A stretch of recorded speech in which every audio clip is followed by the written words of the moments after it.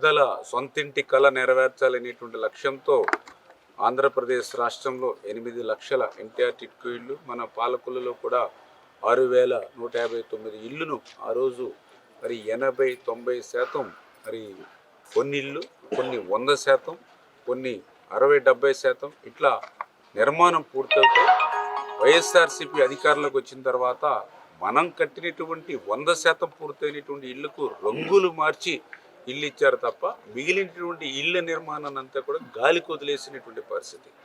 5 సంవత్సరాలు కనీసం ఈ ఇళ్ళంక కన్నెత్తి చూడకపోవడంతో ఆ ఇళ్ళ పరిస్థితి మనం చూస్తూ ఉన్నాం.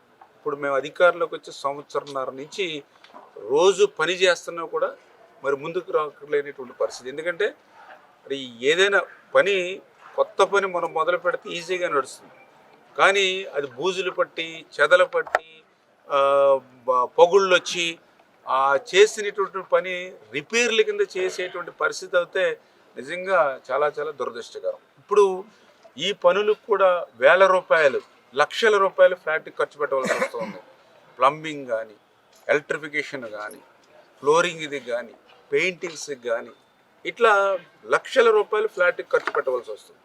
కొన్ని లక్షల రూపాయలు ఖర్చు పెడదామని అంటే మరి ఈ ఇంటి మీద తీసుకునేటువంటి అమౌంట్, అంటే లోను అని చెప్పి ఏదైతే 3 లక్షలు 4 లక్షలు ఏదైతే వైఎస్ఆర్సీపీ ప్రభుత్వంలో గుంజారో, పోనీ ఆ అమౌంట్ ఉంటే అవి పెట్టైనా స్పీడ్గా మనం చేయించుకోగలుగుతాం. ఆ అమౌంట్ ఆ టిట్కో అకౌంట్లో లేదు.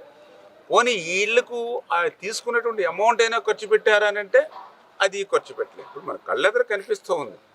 సంవత్సరం నుంచి మేము పనులు చేస్తూ ఉన్నాం. ఆ రోజు నిజంగా ఆ ఫ్లాట్ మీద మీరు తీసుకునేటువంటి ఆ 3,60,000, 4 లక్షలు ఏదైతే అమౌంట్ తీసుకున్నారో ఆ అమౌంట్లో సగం పెట్టినా ఈరోజు ఆ ఫ్లాట్ క్లియర్ అయిపోయింది. అంటే మీరు వాళ్ళ దగ్గర తీసుకున్న డబ్బులు కూడా వాళ్ళ ఫ్లాట్కి కూడా ఖర్చు పెట్టకుండా దాన్ని కూడా మీరు మరలించేసినటువంటి పరిస్థితి, దుస్థితి.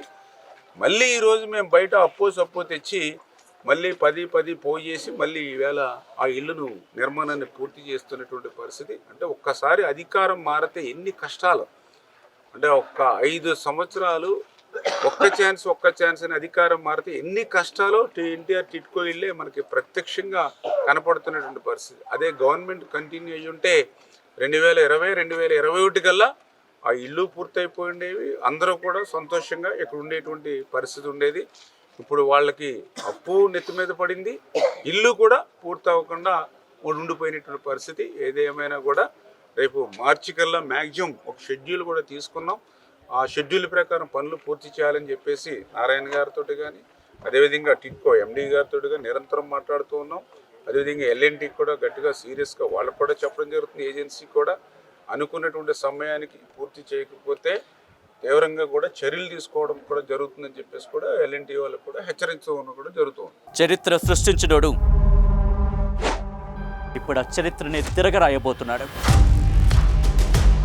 అబద్ధాల గోడల్ని బద్దలు కొట్టి నిజాలను రాగా మీ ముందుంచబోతున్నాడు. నిజమైన వార్తల కోసం వెంటనే డౌన్లోడ్ చేసుకోండి రా యాప్ని.